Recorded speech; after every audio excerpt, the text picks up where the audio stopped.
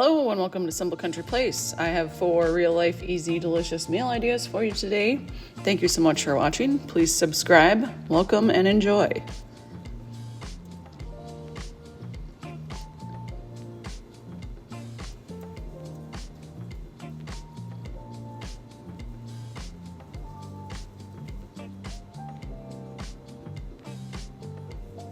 So the first thing I'm making is Philly cheesesteak sandwiches and potato wedges. So I started with cutting up the potato and having it sitting in ice cold water to help remove some of the starch. And then I patted them dry the best I could. And the drier you get them, the crunchier and the crunchier they will be. So once I got them all patted dry, I added them back to a bowl and drizzled them with olive oil and then mixed them around pretty good to coat all the wedges in the olive oil.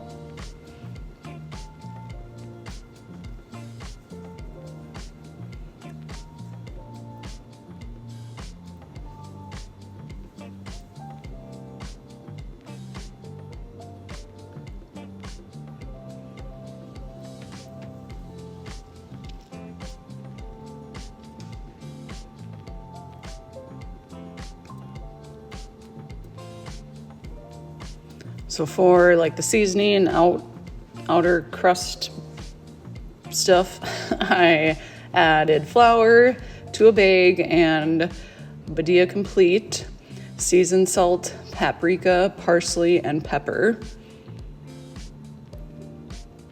And then I shook that up to get all of the seasonings mixed together.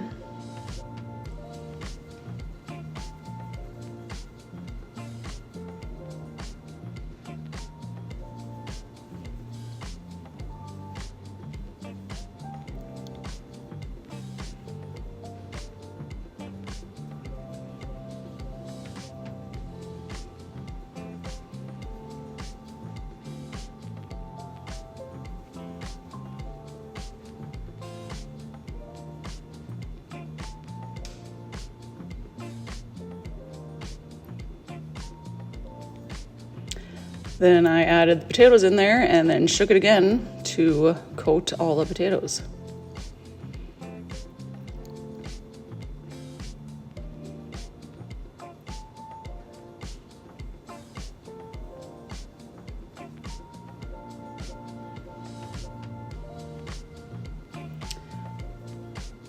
So I sprayed a baking dish and then dumped the potatoes on there, put them in an even layer.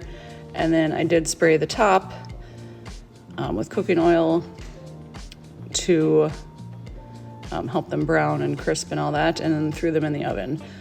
I put these in the oven first before I did anything else, and then I did flip them halfway through-ish. So for the cheesesteaks, I cut up a onion into thin slices and added bell pepper and started sauteing that.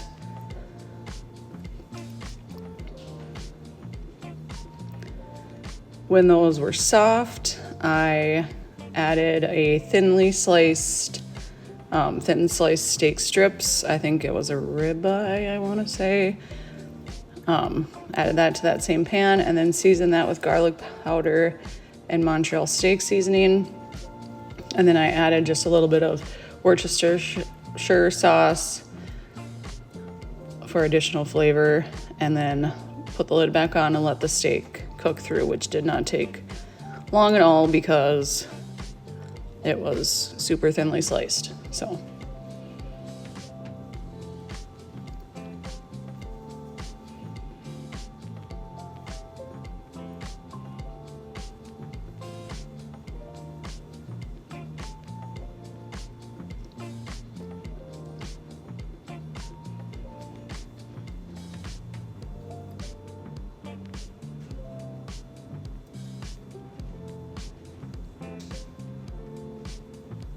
to construct the sandwiches, I have 2 rolls that I'm using that cheese spread to as the dressing, if you will.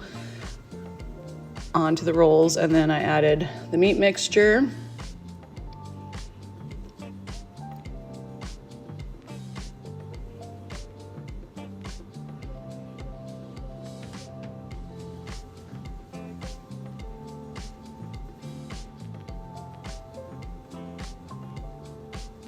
And I topped each one with some mozzarella cheese. A lot of the times when I make this or chicken version of the same thing, I'll use like sliced provolone, but I did not have any of that, so I just topped it with some shredded mozzarella. And then once those were all constructed, I did put them in the oven just for a little bit under the broiler to get the cheese to melt and all those things. And I just served that with the potato wedges. And my husband always enjoys this. My nephew liked it, so it was a win-win.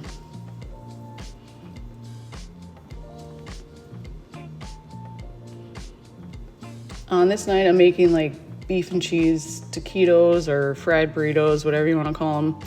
So I have tortilla shells with some shredded taco blend cheese, and then I'm adding prepared taco meat that I had cooked. I mean, I cook it almost the same every single time, so didn't show that, but added some of that to each shell and then just rolled it up.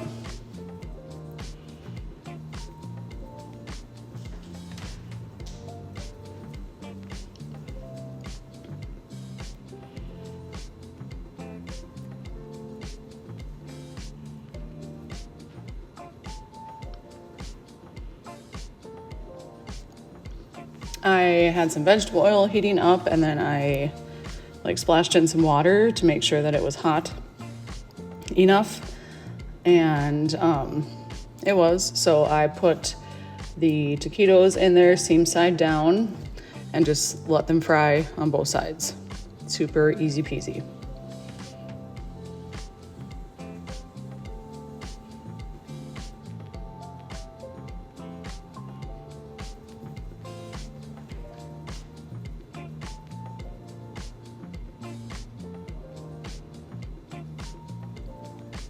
Once those were all fried up, I just served them with our favorite taco toppings. So lettuce, tomato, taco sauce, cheese. My nephew likes sour cream, so he had sour cream with his. And super good. Just another take on like a Tex-Mex dinner. On this day, well, I'm actually preparing this the night before, but I'm making like ham in the crock pot. So I have a huge ham. I got that at Aldi a while ago, and it was on sale. It was in my fridge or freezer for a while, so I was like, I should cook this up. So the night before, I usually do like crock pot meals the night before, and then just take them out of the fridge, put them in the crock pot the next morning, because I just know myself well enough to know I'm not going to get up early in the morning to prepare it. So that is what I do. So once I wrestled that ham into the crock pot, I should have cut like slits and stuff in it, but I didn't.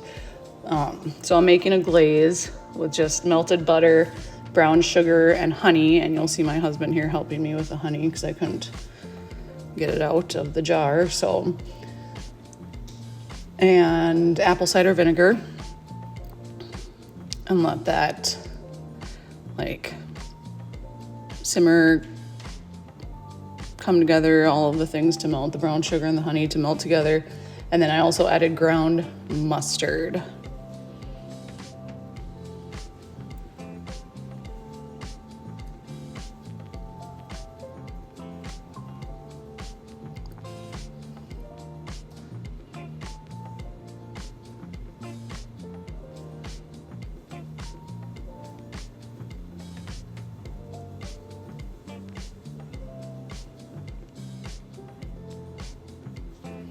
Once that had been simmering for a smidge, I just poured it over the ham. And like I said, I threw that in the fridge, and then the next morning before I left for work, put it in my crock pot, and it cooked on low for probably 8 to 10 hours while I was at work. And then when I got home, I wanted to make garlic cheese mashed potatoes to go with it, so that's what I'm doing. I had some fork tender potatoes that I had boiled up, and then to that I added butter. And I usually put the butter in, throw the hot potatoes on top to help the butter melt. And then for seasonings, I added garlic powder, salt and pepper and parsley, and then mashed that together.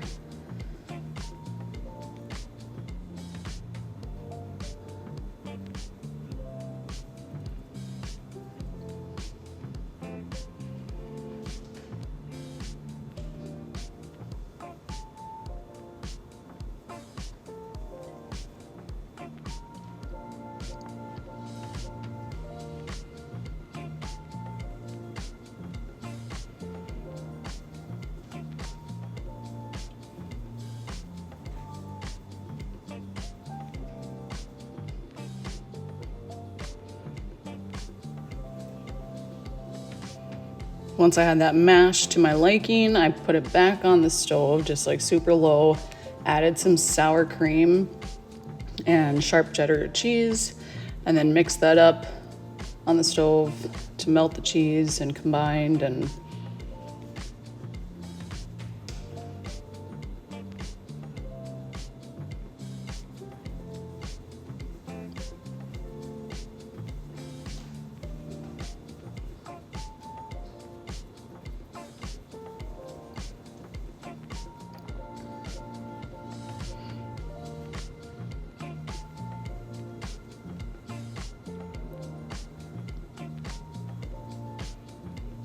And I just served the mashed potatoes with the ham and some garden green beans that I had cooked up.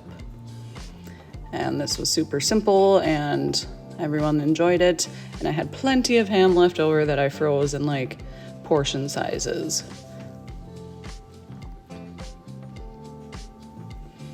On this day, I made Swedish meatballs. So I have an egg that I scrambled up and added ground beef. And then I will be adding panko breadcrumbs. Once again, that's just what I had on hand. So that's why I use those. For seasonings, I added garlic powder, minced onion, Montreal steak seasoning, salt, pepper, and parsley. And then I mixed that all together and formed meatballs.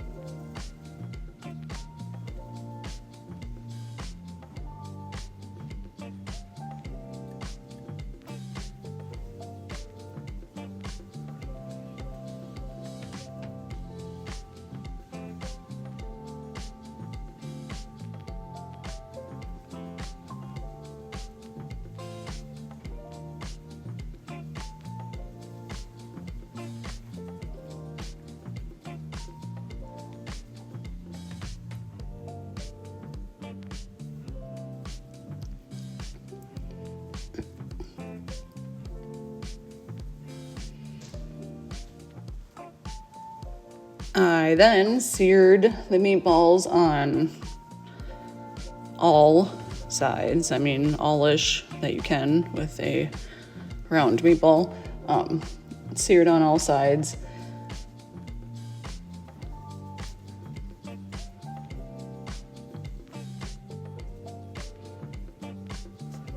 Then I removed those from the pan, and then to that same pan, I'm going to be making like the Swedish meatball sauce. So I added cream of mushroom soup as like the base. And then to that, I added half and half and Worcestershire sauce. And I know it looks scary right now, but it comes together, trust me.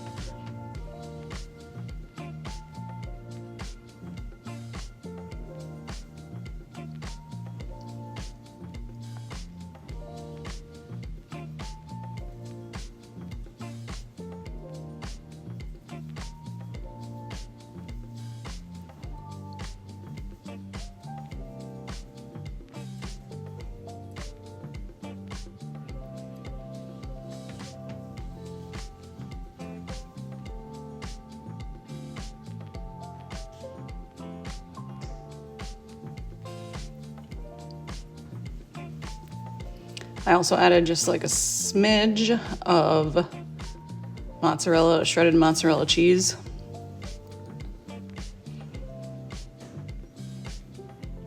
And black pepper.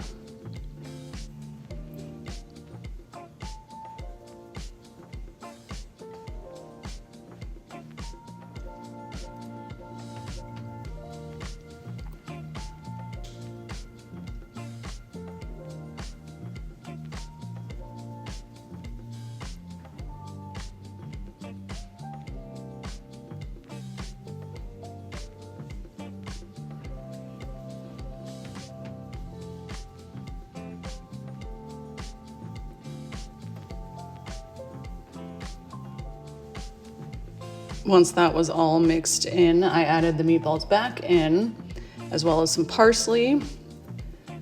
And then I just let that hang out in there and cook for a while and wait for the sauce to thicken.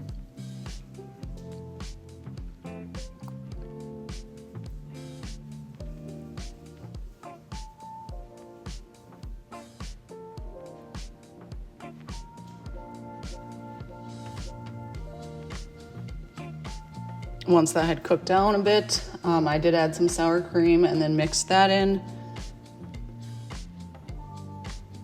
And as easy as that, I served that over mashed potatoes, which you can also use like egg noodles or whatever else you want, and served it with a side salad. And this was really good. My brother was over this night. He enjoyed it. My nephew liked it. The husband liked it. So it was a win. Thank you so much for watching. Please come back for future videos.